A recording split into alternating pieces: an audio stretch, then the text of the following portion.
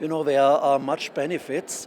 It's very good, very profitable if you use that standard for the building up of a new controlling system, but you can also use the standards for the further development of a controlling system. It's help you, it's a guideline, it's a benchmark, and so I think the standards are really valuable and very important for the use of controllers. Yeah, it's a question. It's difficult to answer.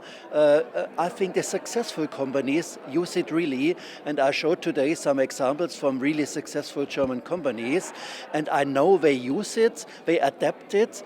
You cannot one-to-one adapt it into your company. You need, a flexible adaptation. You need an adaptation that suits to your company and the surrounding of your company. And my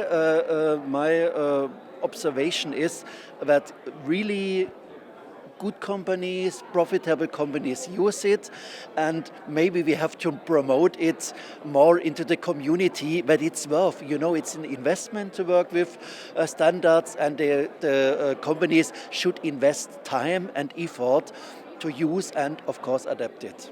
There are really much instruments. Of course, we have the instruments for the strategic planning process. For example, balanced scorecards is very common, very successful instrument. I can recommend to all companies, also in Macedonia, to use that instrument. If you look on the more operational excellence level, it's good to use, for example, to reduce the overhead cost, the activity-based costing approach. I also like the target costing approach, and yes, we need a very flexible budgeting approach. That means we should use instruments that help us to create a flexible budgeting process. For example, rolling forecasts. It's also an example that helps to reduce costs, to increase efficiency.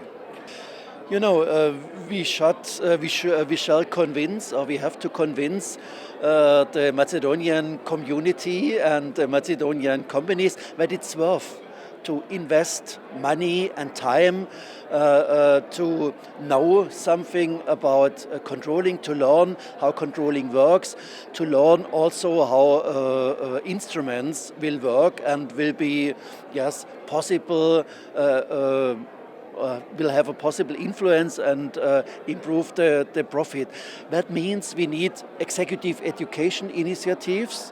The company should invest into the further development of the controlling abilities, the controlling competencies, and I think the next step is that they use really that things and instruments we heard in the classroom.